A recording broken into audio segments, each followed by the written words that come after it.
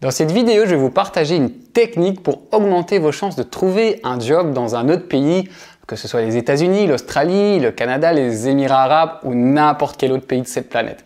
C'est une technique que vous pouvez appliquer très rapidement, que j'utilise dans tous mes voyages et à chaque fois, cela m'a ouvert les portes de grandes opportunités dès les premiers jours sur place. Il m'est même arrivé avec cette technique qu'on me propose un job alors que je ne cherchais rien. Mais avant de vous donner cette technique, c'est important que vous sachiez que vous devez tout d'abord respecter deux prérequis essentiels si vous voulez absolument trouver un job à l'étranger. Le premier critère, c'est de prendre votre CV avec vous, mais surtout une fois sur place, l'adapter à votre nouvelle vie, c'est-à-dire le traduire en anglais ou dans la langue du pays, à condition bien sûr de parler cette langue, mais aussi de mettre votre CV à jour avec vos coordonnées locales, c'est-à-dire votre nouvelle adresse et votre nouveau numéro de téléphone. Beaucoup de personnes font l'erreur de laisser leur adresse ou numéro de téléphone de leur pays d'origine et ça, c'est un très mauvais point car les employeurs pourraient penser que vous n'êtes pas encore sur place et pour cette raison, ne pas donner suite à vos sollicitations. Le deuxième critère ultra important est d'avoir le visa adéquat qui vous autorise non seulement à séjourner dans le pays, mais aussi d'y travailler. Ne soyez donc pas hors la loi. Et je vous avoue que dans mon dernier voyage en Australie, j'ai galéré sur ce point car j'avais dépassé l'âge requis pour avoir les visas standards comme le Working Holiday. J'ai dû trouver une astuce et passer par une inscription dans une école de langue pour avoir le droit d'y séjourner. Passons à présent à la méthode.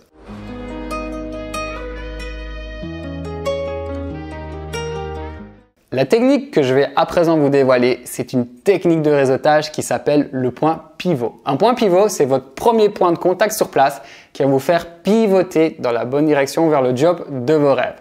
C'est comme une rampe de lancement pour vous et tout repose sur un point capital. Ce point important, c'est le choix de votre logement. C'est ultra capital. Beaucoup de gens vont préférer opter pour la location d'un appartement ou d'une chambre d'hôtel pour garder un certain confort.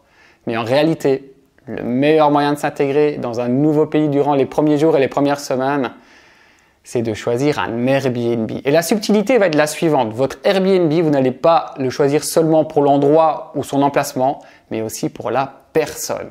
Et si vous arrivez à trouver une bonne personne qui évolue dans les milieux dans lesquels vous voulez trouver un job, vous aurez tout gagné. Car cette personne peut non seulement être votre potentiel employeur, mais aussi parce que cette personne a très probablement autour d'elle un réseau dans le milieu dans lequel vous voulez évoluer. Et comme vous logez chez elle, elle vous connaît. Et il y a de fortes chances qu'elle vous donne même à son tour un petit coup de pouce dans votre objectif, surtout si elle vous trouve très sympa. Et ce qui est génial, c'est que Airbnb nous fournit toute une série d'informations exploitables pour trouver cette personne pivot. Voyons comment faire avec un exemple.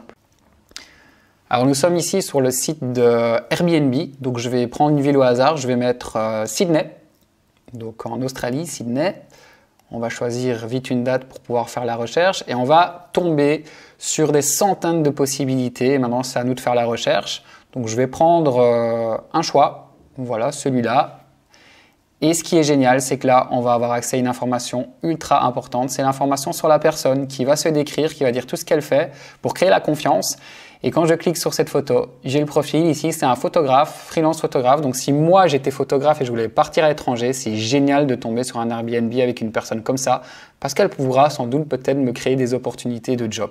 En résumé, j'ai pris le cas ici d'un photographe, mais cela peut s'appliquer à n'importe quel métier, que vous soyez vendeur, serveur, ingénieur, informaticien, consultant, coach de sport. Il vous faut juste trouver quelqu'un qui évolue dans votre milieu et qui connaît du monde dans ce milieu. Cela nous demande un petit peu de travail de recherche en amont, mais par la suite, cela va vous faire gagner beaucoup de temps et ce n'est que du bonus. Par exemple, me concernant, lorsque j'étais en Australie, j'ai séjourné chez l'auteur de My Bucket List qui a vendu des centaines de milliers d'exemplaires, ou bien la responsable de YouTube et de grands artistes australiens comme Sia. Ces personnes ont été pour moi des personnes pivots qui m'ont introduit à plein d'autres personnes et ouvert de nombreuses portes d'opportunités. Et à l'heure où je vous parle aujourd'hui, je suis encore connecté avec elles car on a vraiment créé de très bons liens. Pour résumer, le point crucial lorsque vous débarquez dans un nouveau pays, c'est de vous y immerger le plus vite possible en allant au contact des gens. Airbnb est une possibilité, mais il y a bien d'autres possibilités. Si vous êtes dans une ville au bord de mer, allez aborder à la plage. Si vous êtes dans un quartier business, allez prendre un verre là où il y a des after-work. Si vous aimez bien faire du sport, rejoignez une salle ou un groupe de sport. S'il y a une fête locale, n'hésitez pas à y assister. Au plus vous allez faire des rencontres, au plus vous allez augmenter votre probabilité de trouver un job, car chaque rencontre pourrait vous recommander et vous rediriger vers une autre personne clé qui vous offrira au final le job de vos rêves. Et si vous êtes mal à l'aise à rencontrer des gens ou mal à l'aise dans certaines situations sociales au quotidien, alors dites-le moi en commentaire ci-dessous et je vous répondrai pour voir comment je peux vous aider. C'était Jérémy.